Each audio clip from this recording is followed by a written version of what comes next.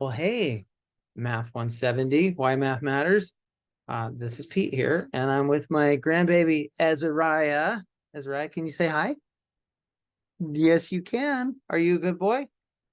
Do you want to send a message about the test that we're gonna have soon? Okay. Yeah. He thinks it's gonna be good. What else do you think, Az? Uh-oh, something's interesting. His piggy toes. Az? Oh no, I feel like he's thinking about milk. I know. Yeah. It's going to be good. He wants some milk. So I'm going to hand him off to his grandma, and then I'll tell you about the test. Here you go, buddy. Yes, that is one of the best things in my whole life. Azariah is a highlight. Hey, I wanted to just make this short video and talk to you a little bit about this upcoming CM exam, computer modeling. What you really want to make sure you have is you want to have a spreadsheet that has little tabs and worksheets for every formula, solved for every variable, and then you get to use that spreadsheet on the exam. So on the exam, you'll read questions, you'll go to your spreadsheet, you'll plug in the inputs, and your spreadsheet, if it's created correctly, which it should be, will give you the answers that you'll write down. So it should be a pretty easy test if you're ready to go. Now, what I want to do is I want to share my screen and show you what my spreadsheet looks like. So here's my spreadsheet. And hopefully you can make one or are making one or have already made one that looks just like it. So I'm going to go on to this simple interest tab. What you can see on this simple interest tab is that we've got 4 calculator blocks solving for future value. The second one is solving for principal, that's P. The third one is solving for interest rate and then solving for time. So this is the simple interest tab, and yours should look just like mine, and you can go up and you can input some different numbers. And as you input the different numbers, you'll get calculations for the answer to a particular question. So if it's a simple interest problem and it says solving for time and the future value is 200 and you're starting with 150 at a rate of 2%, what's it going to take? It's going to take 15.15 years for 150 to grow to $200 at 2%. That's not that great. There's also a compound interest tab. And you can see the compound interest. We have calculators solving for future value, solving for principal, solving for time, and solving for rate.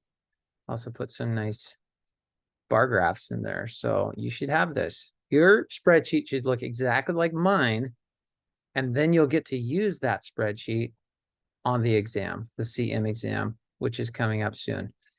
Regular deposits. Look, we've got solving for future value, solving for D. This is solving for T. So all of this should be built by now. And if it isn't, you need to make sure to come in to office hours, me or one of my tutors, or go back to the videos. But you should have a spreadsheet with a simple interest, a compound interest, a regular deposits. There needs to be a loans page with 3 calculators. This is just an extra calculator. Here, I'll delete that live. There it is. Solving for P, solving for capital R, solving for T. We also built an amortization schedule. There's videos that take you through all of this, and you need that amortization schedule. So if I say, hey, you're going to borrow $40,000 at 6% interest for 7 years, monthly payments. Look, you can see the monthly payment is $584. I could even say like something like, and what will be your interest payment the first month?